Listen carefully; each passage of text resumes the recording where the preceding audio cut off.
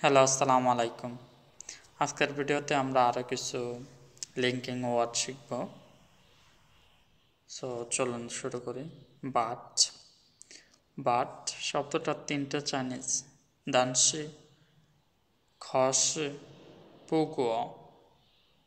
But এই তিনটা শব্দর ব্যবহার আলাদা। ফর এক্সাম্পল, আপনি যখন দানসি শব্দটা ইউজ করবেন, এটা শক্তিশালী বিরোধিতা প্রকাশ করে। এটা আর একটু কম, এটা একেবারে কম শক্তিশালী বিরোধিতা প্রকাশ করে। সো কিছু এক্সাম্পল সেন্টেন্স দিলে আরও বেশি ক্লিয়ার হয়ে যাব। ফর দানসি, ফার্স্ট ওয়ান: সে খুব বুদ্ধিমান কিন্তু অলস।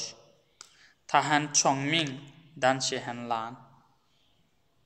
খসে হালকা বিরোধিতা, এটা কথা বলার সময় বেশি ব্যবহার করা হয়। আর দানসি শব্দটা লিখিত এবং আনুষ্ঠানিক কোনো কিছু শক্তিশালী বিরোধিতা প্রকাশ করতে এটা ব্যবহার করা হয়।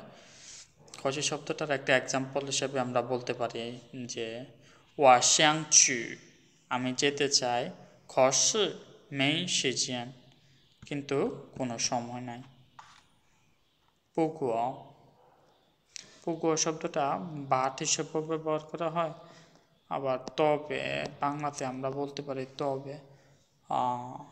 এক্সাম্পল হিসেবে, এই জামাটা দামি তবে গুণমান ভালো। ছজিয়ান ইফু হ্যান গুই, পুগুয়া জিলিয়াং হ্যান হাও। এই জামাটা দামি তবে গুণমান ভালো। ইংলিশে কি বলতে পারি? The dress is expensive but the quality is good.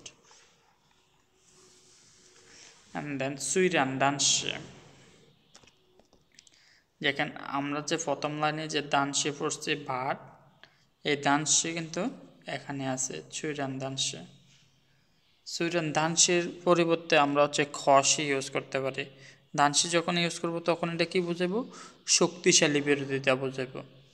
And খসি use করলে কি হবো? দানসির জায়গায় একটু কম শক্তিশালী। পুগো ইউজ করলে আর একটু কম শক্তিশালী। সো আমরা এখন তিনটে এক্সাম্পল দেখি।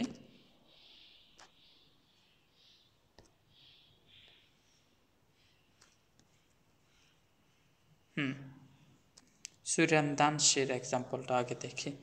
সুইরান দানসে: যদিও বৃষ্টি হচ্ছিল তবু আমি পার্কে গিয়েছি। সুইরান শিয়াউলা দানসে ওয়া হাইসে চু গংয়ানলা। Although it was raining, I still went to the park. সুইরান খসে, আমরা দানসের পরিবর্তে কি ইউজ করবো এখন? খসে। এটা কি? এটা একটু মাঝারি মাত্রায় বিরোধিতা, কথা বলার সময় এটা বেশি ব্যবহার করা হয়। ফর এক্সাম্পল, যদিও সে খুব ব্যস্ত কিন্তু সে আমাকে সাহায্য করেছিল। সুইরান তাহেন মা খসে হাইসে বাংওয়ালা। যদিও সে ব্যস্ত কিন্তু সে আমাকে সময় দিয়েছে। সুইরান দানচির জায়গায় আবার আমরা পুগুয়া শব্দটা ইউজ করব। পুগুয়া ইউজ করলে কি? এটা সবচেয়ে হালকা বিরোধিতা, হালকা ব্যতিক্রম বা ছোটোখাটো বিরোধিতা বোঝাতে এটা ব্যবহার করা হয়।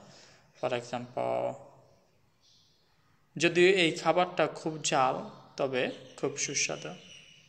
সুইরান চগো চায় হ্যান লা, পুগুয়া হ্যান হাউচে। পরের ওয়ার্ডটা কি দেওয়া আছে? লিং ই ফাংমিয়ান। লিং ই ফাংমিয়ান শব্দটা কখন ইউজ করি? অন্য দিকে বা আরেকটি দিক থেকে চিন্তা করলে কোনো একটা জিনিসের বিভিন্ন দিক বা বিকল্প দৃষ্টিভঙ্গি বোঝাতে এটা ব্যবহার করা হয়। ফর এক্সাম্পল, এই চাকরিটির বেতন খুব বেশি না, অন্যদিকে চাপ খুব কম। গংজ জি পুগা গংজ গংসি পুগা লিঙি বাংমিয়ান ইয়ালি ইয়ে পোশিয়াও।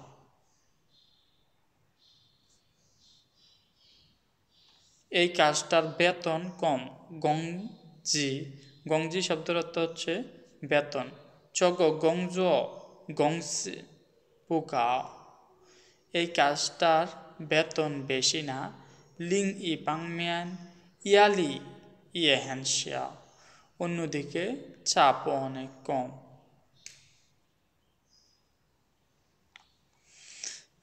পরের ওয়ার্ডটা কি আছে আমরা দেখি। জিঙ্গুয়ান রুস। জিঙ্গুয়ান রুস শব্দটা কখন ইউজ করে?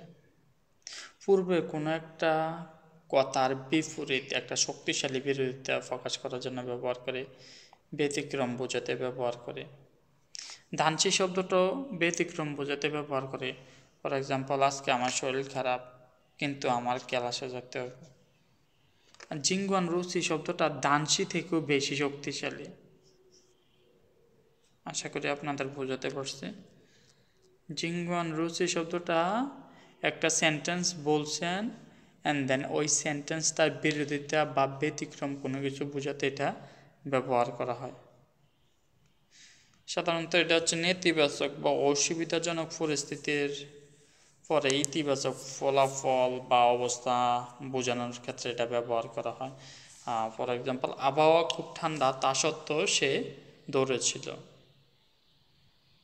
দেখছেন, আবহাওয়া ঠান্ডা এটা একটা খারাপ দিক, তাই না? অসুবিধাজনক অবস্থা, বাট ও দৌড়াইছে।天气很冷，尽管如此，他还是去跑步了。একটা এক্সাম্পল কি বলতে পারে? সে অসুস্থ ছিল কিন্তু সে অফিসে এসেছিল। তো এটাকে প্রবল বিরোধিতা করার ক্ষেত্রে এটা ব্যবহার করা হয়, জিঙ্গুয়ান রুস। অ্যান্ড দেন পরের ওয়ার্ডটা কি দেওয়া আছে? ফান আর।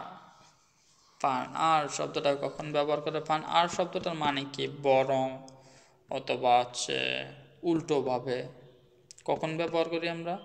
যখন ফলাফলের আশার বিপরীত হয়, অপ্রত্যাশিত কোনো কিছু ঘটে যায়, তখন আমরা ফান আর শব্দটা ব্যবহার করি। যেমন, ওষুধ খাওয়ার পর রোগ সেরে ওঠেনি, বরং আরও খারাপ লাগছে। ওষুধ খাওয়ার পর নর্মালি কি হওয়ার কথা ছিল? ভালো ফিল করার কথা ছিল বা হচ্ছে রোগ সেরে যাওয়ার কথা ছিল, কিন্তু ওষুধ খাওয়ার পর ওনার কী সমস্যা হয়েছে? শরীরটা আরও একটু খারাপ করতে আসছে।